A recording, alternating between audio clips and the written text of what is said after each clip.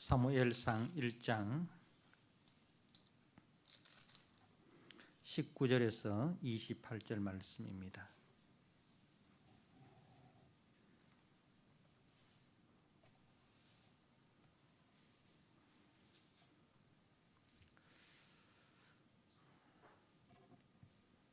말씀을 봉독드립니다.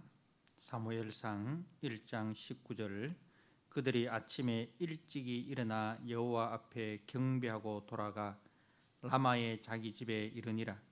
엘가나가 그의 아내 한나와 동침하며 여호와께서 그를 생각하신지라. 한나가 임신하고 때가 이르매 아들을 낳아 사무엘이라 이름하였으니 이는 내가 여호와께 그를 구하였다 함이더라.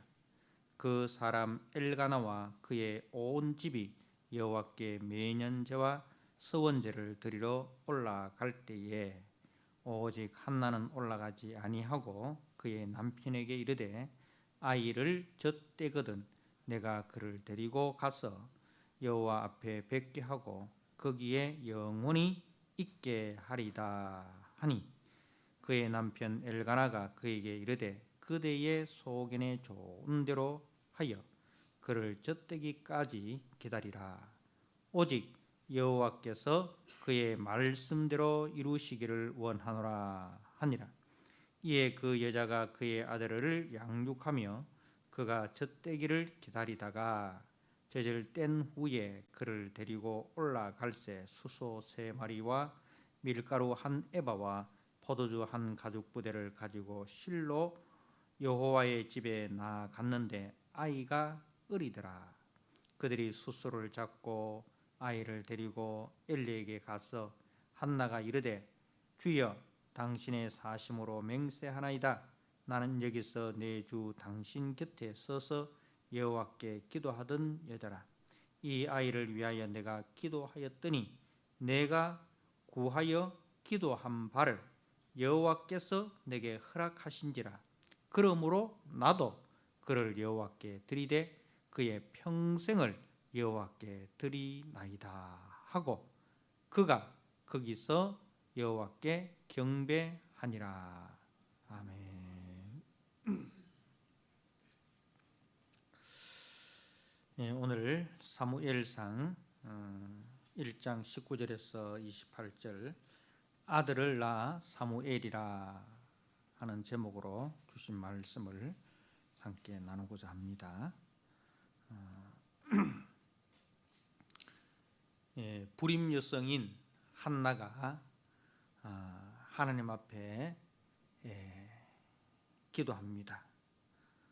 그리고 제사장 엘리로부터 기도 응답의 약속을 받고 이제 고향 라마다임 소빔으로 돌아왔습니다.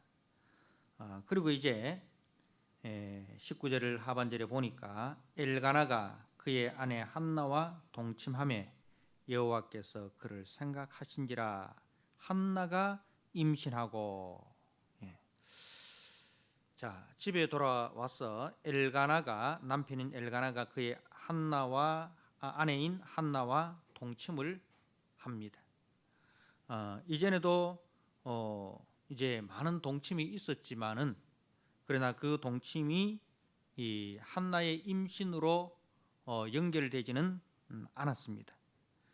그러니 이제 그 남편 엘가나가 부인인 한나와 동침을 한 그것이 한나의 임신에 있어서는 필요는 하지만은 그것이 충분하지는 않다는 말씀입니다. 필요 조건은 되지만은 충족 조건은 되지 못하였다는 것이죠. 자, 거기에 충분 조건은 무엇입니까? 여호와께서 그를 생각하신지라. 여호와께서 그를 생각하셨다. 그 기도를 기억하셨다. 여호와께서 기억하시고 돌봐주셨다. 다시 말해서 여호와께서 한나의 태를 열어주셨다는 말씀입니다. 자, 그 결과 한나가 임신을 하고 때가 이름에 아들을 낳아 사무엘이라 이름하였는데, 이 이름의 뜻을 성경은 내가 여호와께 그를 구하였다 함이더라 이렇게 해석을 해주고 있습니다. 그러니 아이를 낳고 못 낳고는 이거는 하나님의 주권입니다. 그죠? 하나님의 주권입니다. 하나님의 주권 아래서 아이를 낳기도 하고 아이를 불임하기도 한다는 것입니다. 그러니 그런 측면에서 우리 모든 생명은 하나님께서 오늘 말씀했는 대로 여호와께서 그를 생각하신지라, 여호와께서 돌보심으로 말미암아 여호와께서 그 태의 문을 열어주심으로만 생명이 출산되는 것입니다. 그죠? 그래서 모든 생명은 하나님의 허락하심 안에서 이 땅에 태어나는 것입니다. 그러니 우연히 태어난 생명은 없다는 거예요. 저와 여러분 여기 앉아있는 우리 모든 성도님들 다 하나님의 허락하심 안에서 이 땅에 태어났습니다. 믿으십니까? 우리 엄마 아버지를 통해서 태어났지만 우리 엄마 아버지는 하나의 통로일 뿐입니다. 내 생명이 이 땅에 태어나는 통로일 뿐이고 내 생명의 주권자, 내 생명의 주인, 내게 생명을 허락하신 분은 누구시다? 여호와 하나님이시다는 겁니다. 그러니 우리가 얼마나 존귀한 존재입니까? 우리 사람이 다 얼마나 존귀한 존재이냐는 것입니다. 여기 앉아있는 저와 여러분뿐만 아니라 세상에 있는 모든 사람들이 다 하나님의 허락하심 가운데서 이 땅에 보내진 자들이다는 사실입니다. 그러니 우리가 누구를 대하더라도 다 귀하게 대해야 됩니다. 어떤 생명을 대하더라도 우리가 그 생명을 하찮게 여긴다든가 그 생명을 없인 여긴다든가 그 생명을 우리가 무가치하게 생각하는 것은 그 생명을 허락하신 하나님을 모독하는 것입니다. 그래서 우리 모든 사람들은 다 그 생명의 주인은 하나님이시며 그리고 모든 생명은 다 하나님 앞에서 소중한 존재며 그리고 이 땅에서의 어떤 조건과 환경에 관계없이 다 존귀하며 차별 없는 존재다는 겁니다. 피부색에 의해서 차별받아서도 안 되고요. 외모에 의해서 차별받아서도 안 되고요. 그리고 부잣집, 가난한 집, 공부 잘한다, 공부 못한다, 그것으로 인해서 우리가 차별받아서도 안 됩니다. 우리는 그 생명이 하나님의 주권 속에서 이 땅에 보내진 자다라는 그 생각을 가지고 모든 생명을 다 귀하게 여겨야 된다는 것입니다. 그리고 또 나 자신에 대해서도 그렇게 생각해야 됩니다. 나 자신에 대해서도 스스로 남과 비교해서 우월의식을 가진다든가 열등의식을 가진다 하는 이런 것은 하나님께 죄를 짓는 것입니다. 우리는 누구와도 비교될 수 없는 각자가 다 하나님 앞에서 존귀한 자인 거예요. 누구와 비교해서 더 존귀하고 누구와 비교해서 덜 존귀하고 그게 아니고 다 하나님 앞에서 똑같이 존귀하다. 그래서 그 사람의 영혼의 무게는 똑같다 이 말입니다. 우리가 육체의 무게는 다 다르죠. 육체의 키는 다 다르죠. 육체의 가치는 사람들이 다 각각 다르게 매깁니다. 그러나 그 영혼의 가치는 똑같다는 거예요. 그래서 우리가 이 영적 자존감을 가져야 됩니다. 내가 세상적인 어떤 그 기준을 가지고 말이죠, 사람들하고 비교해 가지고 나는 별로 배우지도 못했고 나는 가난한 집에서 태어났고 뭐 이런 식으로 해서 우리가 남과 비교해 가지고 나는 별로 가치 없는 존재야, 이렇게 생각하는 것은 하나님 앞에 죄를 짓는 겁니다. 다 우리는 하나님 앞에서 똑같은 영혼의 가치를 가진 존귀한 존재다라는 이 영적 자존감을 우리가 가져야 됩니다. 절대로 남과 비교해 가지고 주눅들 필요도 없고, 또 남과 비교해서 자기가 우월의식 교만한 것, 그것도 다 죄입니다. 영적 자존감이 낮은 것도 죄입니다. 남과 비교해 가지고 늘 나는 주눅 들고 말이죠, 그것도 죄라는 거예요. 그건 뭐예요? 나를 이 땅에 보내신 분이 하나님이시다는 것을 모르는 거예요. 그리고 나를 이 땅에 보내신 하나님을 내가 하나님께 영광을 가리는 겁니다. 그래서 우리 성도님들은 절대로 이 영적 자존감 이 낮아져서는 안 됩니다. 자, 그리고 또 우리가 자녀의 주인은 하나님이시다는 사실을 기억을 해야 됩니다. 내 자식이 아니고 누구 자식입니까? 하나님의 자식입니다. 여호와께서 그를 생각하신지라. 여호와께서 그를 생각하신지라. 그래서 여호와가 내 자녀의 주인이다. 나는 그 자녀를 선물로 받아서 양육할 뿐이다. 그러면은 우리가 어떻게 양육해야 됩니까? 주인 대신, 그 자녀의 주인 대신 하나님의 말씀을 따라, 그리고 그 자녀의 주인 대신 하나님의 목적에 합당하게 우리가 가르치고 양육해야 된다는 겁니다. 그리고 또 우리가 불임 여성이 있잖아요. 아이를 낳지 못하는 여성이 있습니다. 그런 아이를 낳지 못하는 여성에 대해서 우리가 무시하면 됩니까? 안 됩니까? 안 됩니다. 아이를 낳지 못하게 하신 분도 하나님이시라니까요. 그래서 내가 아이를 낳았다 해서 그 아이를 낳지 못하는 여자를 무시하면 그거는 하나님의 주권을 무시하는 거예요. 내가 잘나서 아이를 낳은 거 아니잖아요. 저 여자가 내보다 못나서 아이를 못 낳은 게 아니잖아요. 하나님이 나에게 은혜를 베풀어 주셔서 아이를 낳게 해주셨고, 또 아이를 낳지 못하는 여인은 하나님의 뜻이 있어서 아이를 낳지 못하게 하신 거예요.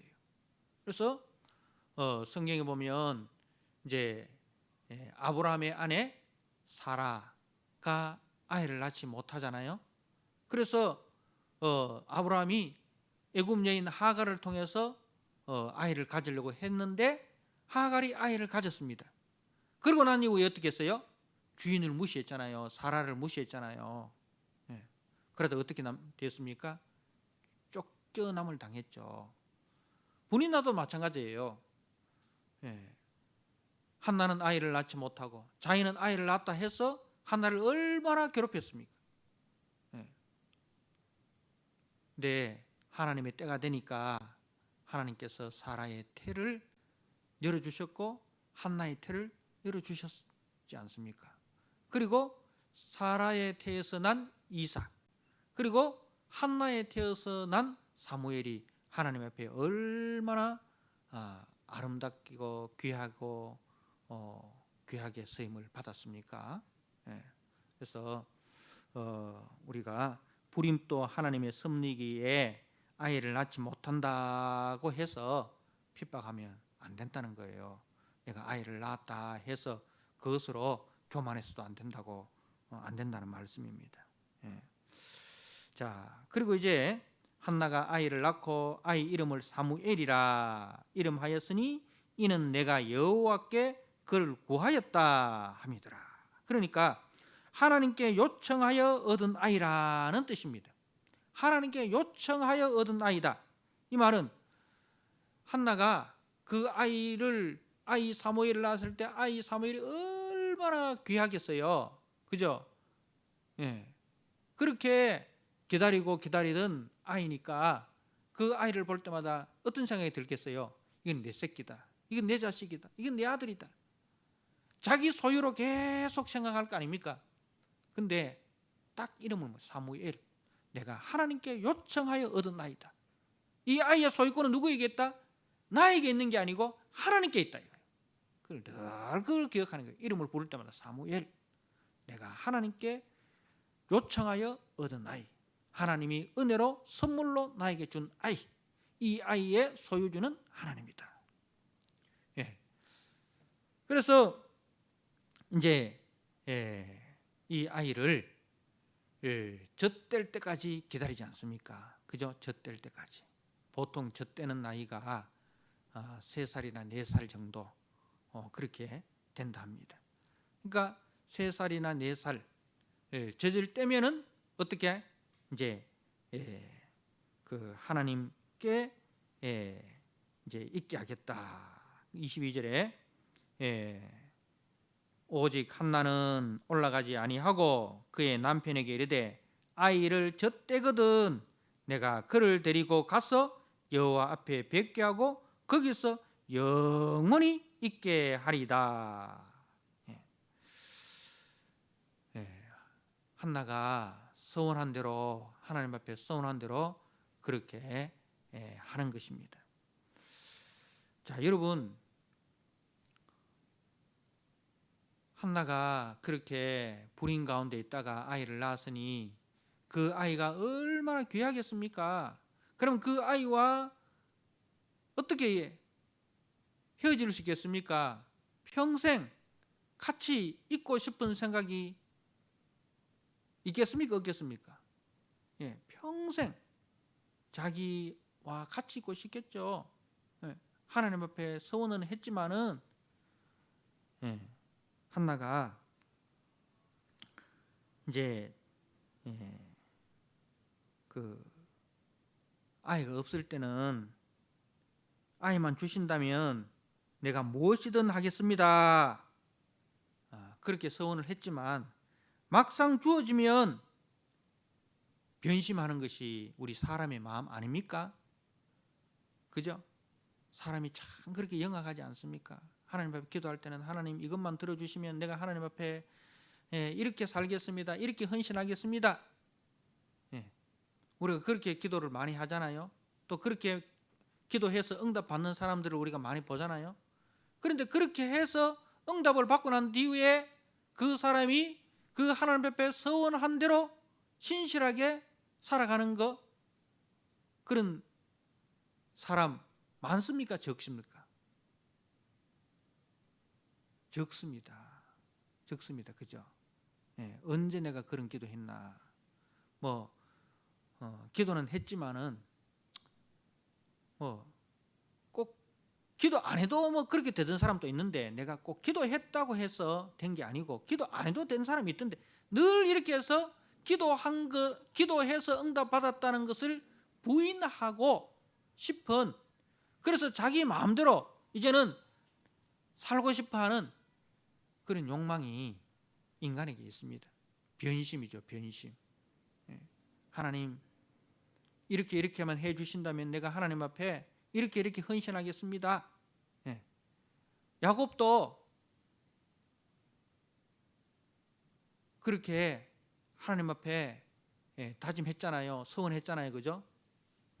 외삼촌 라반의 집으로 가는 길에 베델에서 참 하나님의 사닥다리가 하늘로부터 내려오는데 거기에 천사들이 오르락 내리락 하는 거 보고 여기가 하나님의 집이구나.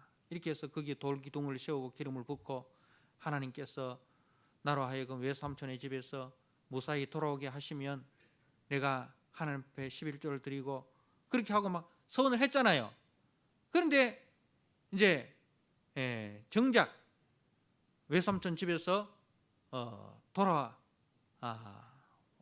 와서는 어떻게 합니까?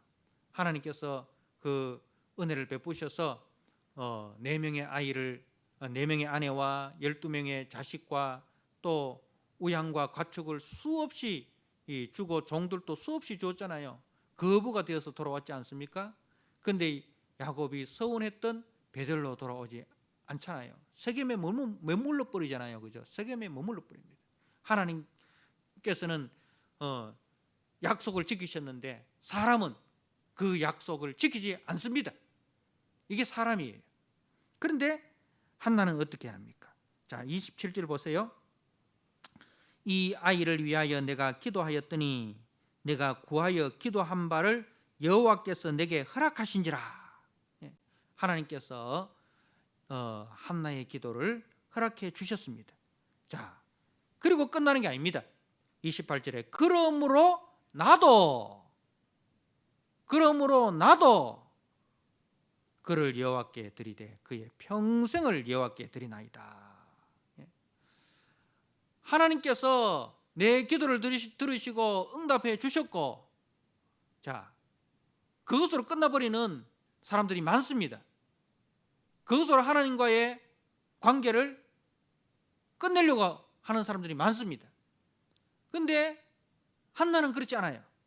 그러므로 나도 하나님께서 언약을 약속을 지키셨기 때문에 그러므로 나도 그를 여호와께 드리되 그의 평생을 여호와께 드리나이다.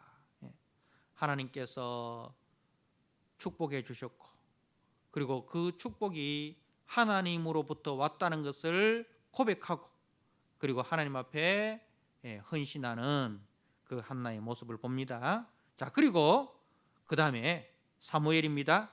그렇게 하고 그가 누굽니까? 사무엘이죠. 사무엘이 거기가 어디예요? 실로입니다. 실로는 어떤 곳입니까? 엄마가 없어요. 자기를 보호해 줄 엄마가 없어요. 거기는 엘리 제사장과 그 두 아들 홈리와 비나스가 있습니다. 나이가 이제 서너 살, 겨우 젖대고 아직 말도 못하는 그런 참 부모의 보호가 절대적으로 필요한 그 나이지만은, 그러나 사무엘은 거기서 여호와께 경배하였다. 여러분,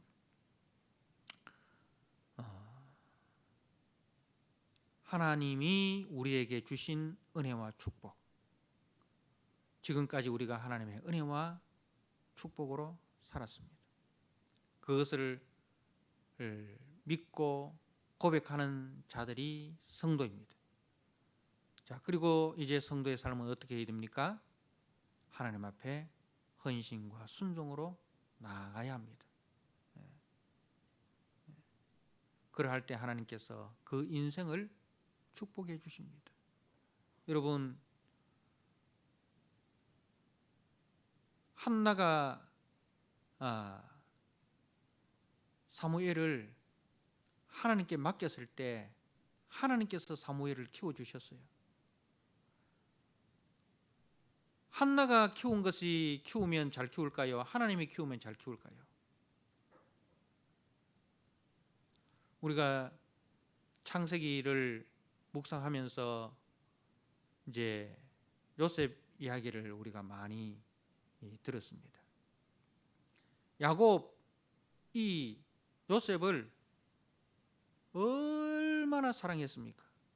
그리고 그 야곱이 요셉을 지키기 위해서 유별나게 편애를 했지 않습니까? 그죠? 야곱이 그 요셉을 애지중지하고 그렇게 키우려고 했는데 결국은 어떻게 됐습니까? 아버지 야곱이 그렇게 사랑하는 아들을 지키지 못했어요. 그 요셉이 야곱의 다른 아들들에 의해서 팔려가는, 그러니까 그 야곱이 그 이야기를 나중에 듣고 얼마나 배신감을 느꼈겠습니까? 자기 아들들에 의해서 자기 아들이 팔려갔으니까. 여러분, 믿는 도끼에 발등 찍힌다는 말이 있지 않습니까? 그러니까 야곱이 말이죠, 자기 아들들에 의해서 요셉이 인신매매 당할 줄을 어떻게 알았겠습니까? 그러니까 야곱은 말이죠, 그 아들들에 의해서 요셉이 팔려가는 것도 막지 못하는, 어떻게 보면 무능력한 아버지인 거예요. 그러니까 우리가 자녀들을 아무리 애지중지하고 지키려고 하고 잘 되도록 하려고 해도 우리는 한계가 있다 이 말입니다. 여러분들 애들 낳았을 때 다 잘 기르고 싶었죠? 그죠? 다 모범생이고 우등생이고 막 그렇게 키우고 싶었잖아요.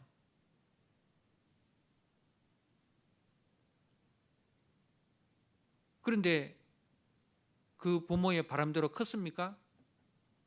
누구의 잘못입니까? 하나님께 맡겨야 됩니다. 하나님의 방법으로, 하나님의 목적대로 우리가 키워야 된다는 거죠. 자, 요셉이 팔려갔잖아요. 17살에 팔려갔잖아요. 아는 사람이라고는 한 사람도 없습니다. 부모, 형제도 친척도 아는 사람이라고는 한 사람도 없습니다. 근데 그 요셉을 누가 지킵니까? 하나님이 지킵니다. 그 요셉을 하나님이 지킵니다. 그리고 그 요셉을 하나님이 훈련하시고 하나님이 가르치십니다. 하나님의 학교에서. 나중에 13년 뒤에 하나님의 학교를 요셉이 졸업할 때 요셉이 어떻게 되었습니까? 하나님의 기준과 하나님의 가치관을 가진 사람으로 완전히 새롭게 태어났습니다. 그전에는 형들 앞에서 자랑하고 형들이 자기를 싫어하는 줄도 모르고 그렇게 철없이 자기 생각만 하던 그 요셉이 이제는 어떻게 됐습니까? 철저하게 하나님의 사람으로 변화되어서 형들을 용서하는 사람, 가정을 회복시키는 사람, 가정을 살리는 사람, 그리고 애국과 온 세계를 살리는 사람, 그렇게 변화됐어요. 누가 그렇게 만들었어요? 하나님이.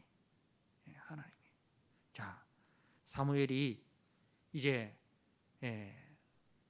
3살, 4살 부모의 곁을 떠났습니다.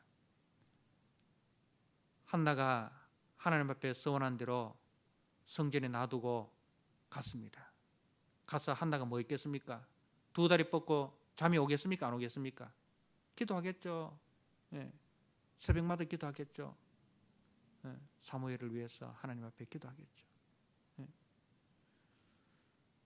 그런데 나중에 사무엘이 어떻게 됩니까? 하나님의 손에 맡긴 그 사무엘이 이스라엘을 구원하는 구원자로 등장하지 않습니까?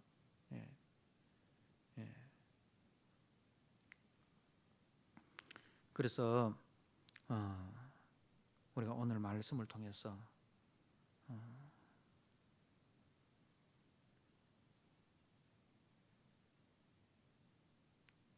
이 사무엘, 내가 여호와께 요청하여 얻은 아들이다. 내 소유가 아니고, 내 자식이 내 소유가 아니고 하나님의 소유다. 그래서 하나님의 말씀으로 하나님의 목적을 위해서 하나님의 기준과 하나님 나라 가치관으로 우리가 양육을 해야 된다는 겁니다. 그래서 절대로 우리가 야, 니는 이제 고3이니까 교회는 좀 나중에 다녀도 돼.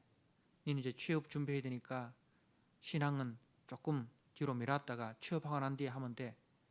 이런 말도 안 되는 그런 논리로 자녀들의 신앙을 방해하는 그런 부모가 되면 안 됩니다.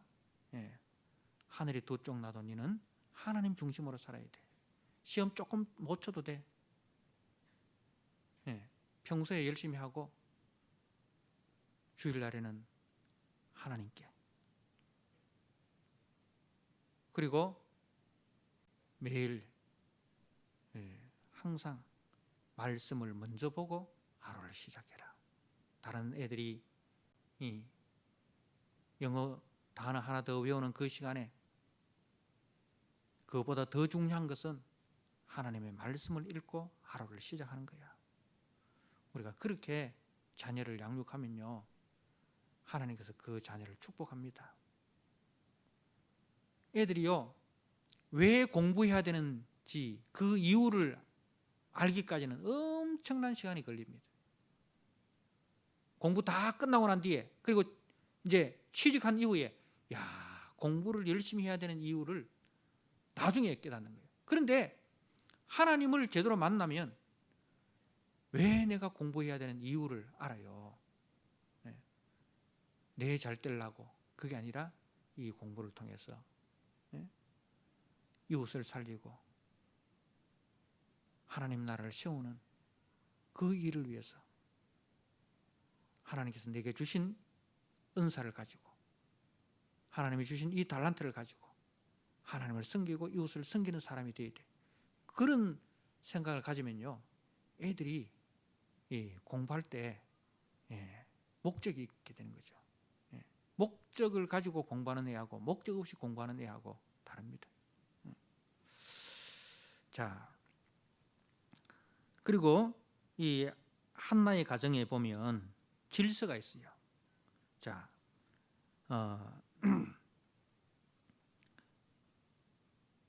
한나가 이제 그 남편에게 이야기하잖아요.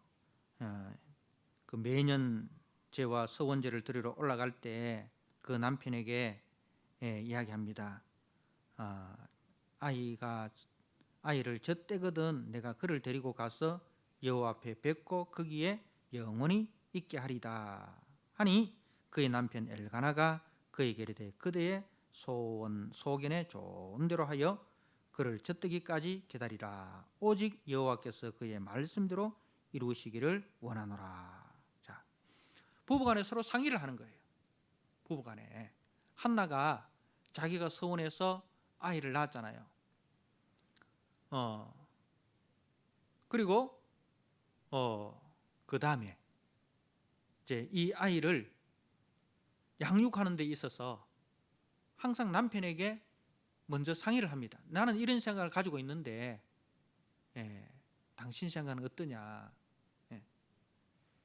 그러니까 남편이 그 이야기를 듣고 그것이 하나님 보시기에 옳은 거예요. 하나님 보시기에 옳으니까 인정해주고 기다려주는 거예요. 이게 가정의 질서입니다. 한나가 자기가 생각한 게 하나님 뜻이라 생각하고 남편하고는 의논하지도 않고 무대뽀로 밀어가 버리면 부부간에 갈등이 생기잖아요. 우리가 아무리 좋은 의견이라도 아무리 좋은 일이라도 항상 부부간에 상의를 해야 됩니다. 그렇게 해서 서로 하나님의 뜻이라면 서로 마음을 합해서 일을 해야 됩니다. 우리가 보통 어떻게 싸우는 가정이 대부분 어떤 이유로 싸웁니까? 꼭 말을 해야 되나 하잖아요. 내가 한 게 뭐 잘못이가? 내가 이렇게 해가지고 잘못된 게 있나? 말 안 해도 알잖아.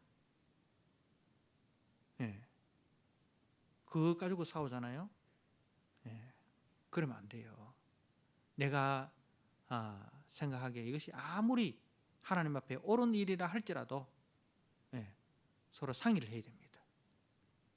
부부간에 서로 상의를 해서 그래서 한 마음이 되어 가지고 그 일을 할 때에 하나님이 기뻐하시지, 남편 속이고 아내 속이고 해가지고 그렇게 하는 거 하나님이 절대로 기뻐하지 않습니다.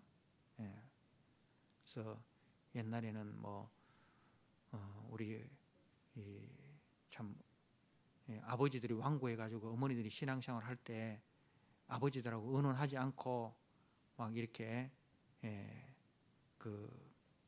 교회에 연보하고 그런 일이 많았어요. 그래서 나중에 남편이 알고 집에 있는 재산 다 교회 갖다 바친다고 그래가 싸우는 집도 많이 봤는데, 요즘은 그렇지 않잖아요. 대부분 다 이야기하면 다 통하는 그런 시대 아닙니까? 그래서 어떤 아무리 좋은 뜻이라도 그것을 부부하고 서로 상의해서 그렇게 결정을 하고 하시길 바랍니다. 자, 그렇게 해서 이 엘가나가 그대의 소견에 좋은 대로 하여, 그대의 소견에 좋은 대로 하여. 이 말이 우리가 룻기에 보면 그 사사기에 보면 자기 소견에 옳은 대로 행하였더라 했는데 그 세상이 개판이잖아요. 그죠? 다 자기 소견에 옳은 대로 했는데 그런데 이 사무엘상에서 이 남편인 엘가나가 한나에게 그대의 소견에 좋은 대로 하라 그렇게 하잖아요. 그런데 이 한나의 소견은 어떤 소견이에요? 하나님 중심이에요. 하나님 중심. 그죠? 하나님 중심의 소견이라는 거죠. 내 생각이 중심이 아니고 하나님의 생각이 중심입니다. 자, 이렇게 이제 이 사사 시대에도 이렇게 하나님의 소견이 곧 나의 소견인 그런 믿음의 사람이 있습니다. 자, 그래서 오직 여호와께서 그의 말씀대로 이루시기를 원하노라. 여호와께서 그의 말씀대로 이루시기를 원하노라. 여러분, 이게 형통입니다. 내 뜻대로 이루어지는 것이 아니라 하나님의 말씀대로 이루어지는 것, 그게 형통이고 그게 축복입니다. 이렇게 우리가 이 사무엘상을 통해서 이 한나와 엘가나의 가정, 이 하나님이 축복할 수밖에 없는 그런 아름다운 그 모습을 우리가 보지 않습니까? 그래서 우리 가정을 한번 보십시오. 우리 가정도 이 엘가나와 한나와 같은 그런 아름다운 부부의 관계가 있고 부부의 소통이 있는가? 그리고 나는 우리 자녀를 하나님의 뜻대로, 내 자식이 아니라 하나님의 자녀로 하나님 앞에 소유권을 등기해드리고, 그리고 하나님의 방법으로 하나님의 목적대로 양육하고 있는가? 우리가 다시 한번 이 사무엘상을 통해서 우리 자신을 돌아보시고 하나님의 뜻에 합당한 가정으로, 하나님의 뜻에 합당한 우리 자녀로 그렇게 양육하고, 그래서 하나님의 뜻을 이루는 우리 모든 성도님들과 우리 성도님들의 가정 생활 되시기를 주님의 이름으로 부탁드립니다. 아멘. 하나님 아버지, 감사합니다. 오늘 한나가 하나님의 기도 응답으로 사무엘을 임신하고 또 때가 되어 사무엘을 낳았습니다. 그리고 그 이름을 사무엘이라 지었습니다. 내가 여호와께 요청하여 얻은 아들이다. 아이를 볼 때마다 내 소유가 아니라 하나님이 소유주인 것을 기억하고 하나님의 말씀으로 하나님의 목적대로 양육하기 위하여 힘쓰고 애쓰는 그 모습을 봅니다. 하나님 아버지, 그리하여 그 서너 살 된 아이, 아직 말도 제대로 하지 못하는 그 아이를 하나님의 성전에 두고 떠납니다. 날마다 그 아이를 생각하며 기도하며 하나님께서 그 아이의 주인이고 하나님께서 양육하여 주신다는 그 믿음으로 그 아이를 하나님께 맡겼을 때에 하나님께서 그 아이를 정말 위대한 신앙의 인물로 이스라엘을 구원하는 위대한 구원자로 세워주시는 것을 봅니다. 하나님 아버지, 이렇게 이 한나의 신앙과 또 그 엘가나의 신앙과 사무엘의 신앙, 아버지여, 우리가 다시 한번 생각하면서 우리의 가정의 모습은 어떠한지, 나는 우리 자녀를 어떤 기준으로 양육하고 또 우리의 가정에서 우리의 부부는 어떻게 의논하고 어떻게 결정하는지를 우리가 다시 한번 생각하면서 정말 다시 한번 하나님의 말씀으로 돌아와서 우리 가정을 세우고 또 우리 이 자녀들을 세우는 우리 모든 성도님들 되게 하여 주시옵소서. 그래하여 하나님 앞에 칭찬받고 하나님이 축복하시는 우리 모든 성도님들의 가정이 되고 부부 생활이 되고 또 자녀들이 되도록 주님 은혜를 베풀어 주시옵소서. 예수님께 하신 이름으로 감사하며 기도드리옵나이다. 아멘.